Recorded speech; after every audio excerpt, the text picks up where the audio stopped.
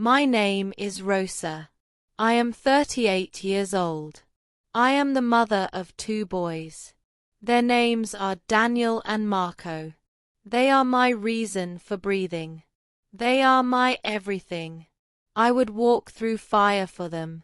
I have walked through fire for them many times.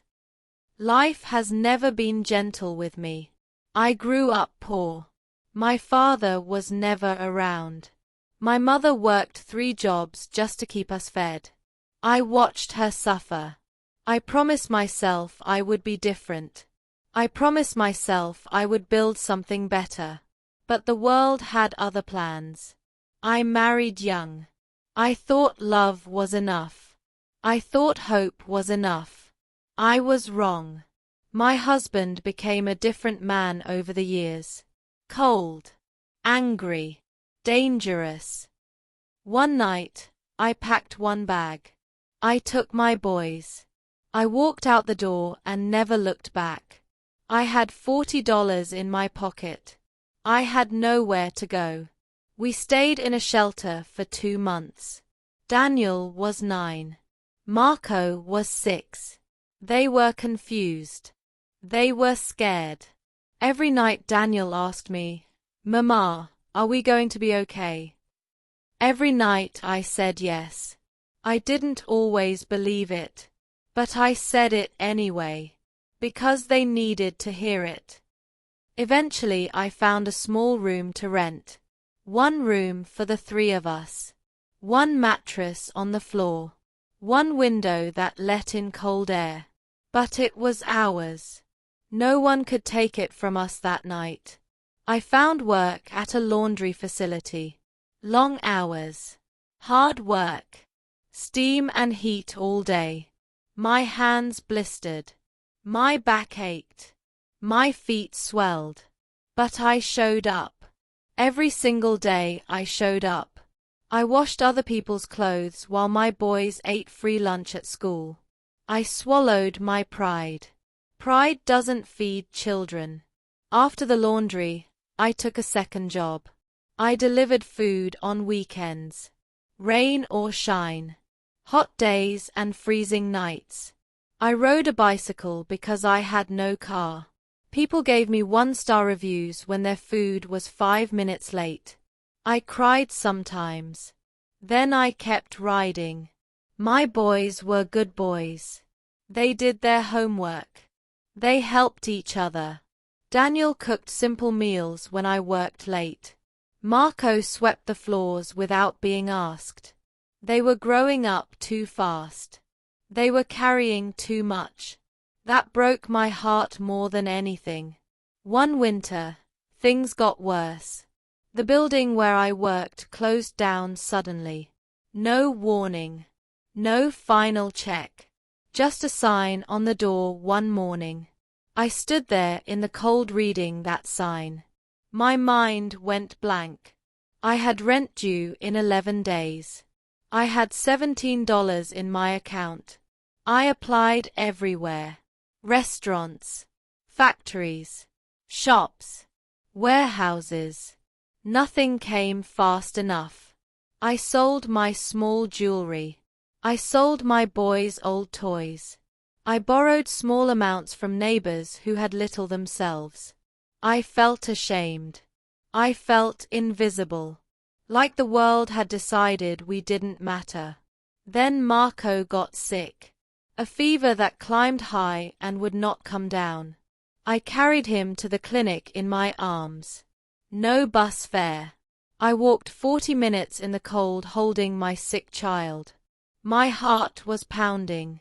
My tears were freezing on my face. The clinic helped us. Marco recovered slowly, but the medical bills arrived after. Numbers I couldn't understand. Numbers I couldn't pay. I sat at our small table with those papers and just stared. I had given everything I had. And it still wasn't enough. I put my head down on the table and cried until there was nothing left. Daniel sat beside me. He was 11 years old. He placed his small hand on my back. "Mama," he said quietly. We always figure it out. I lifted my head. I looked at my son. His eyes were steady. He believed in me even when I didn't believe in myself. That night I didn't sleep. I wrote about our life in a small online journal I had kept for months. Just words. Just honesty. I wrote about the shelter. The bicycle. The laundry machine burns on my hands. The 40-minute walk in the snow with Marco. I wrote everything. I didn't expect anyone to read it. But people did. Slowly, then suddenly. Strangers shared it. Comments came in from people I had never met. Some cried. Some sent encouraging words. Some sent small amounts of money through a link a kind stranger set up on my behalf. Then one morning, a woman called me. Her voice was calm and warm. She said she had read my story 3 times. She said she ran a small community organization. She said she had a job for me if I wanted it. A real job. With hours I could manage. With a salary I could live on. I was shaking so hard I almost dropped my phone. I said yes before she finished her sentence. The job changed everything. I worked in her office, helping other struggling families find resources. I understood their pain. I had lived their pain. I was good at the work because it came from the heart, not just a job description. Months passed. My boys grew steadier. Daniel started playing soccer again. Marco laughed more. We moved into a proper apartment. 2 bedrooms. A kitchen with a real stove. A bathroom with hot water that always worked. One evening, the woman who hired me sat with me after work. She looked at me carefully. She said, "Rosa, you have a gift.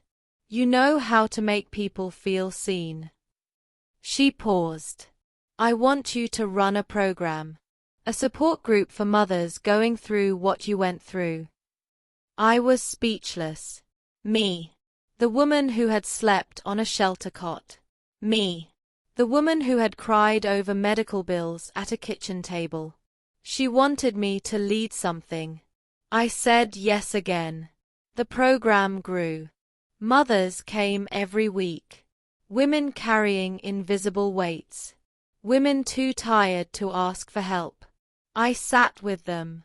I listened. I shared my story without shame. And somehow, telling my story helped them carry theirs. I am not rich. I do not have a mansion.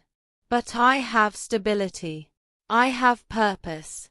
I have 2 boys who sleep peacefully at night. That is more than I once dared to dream.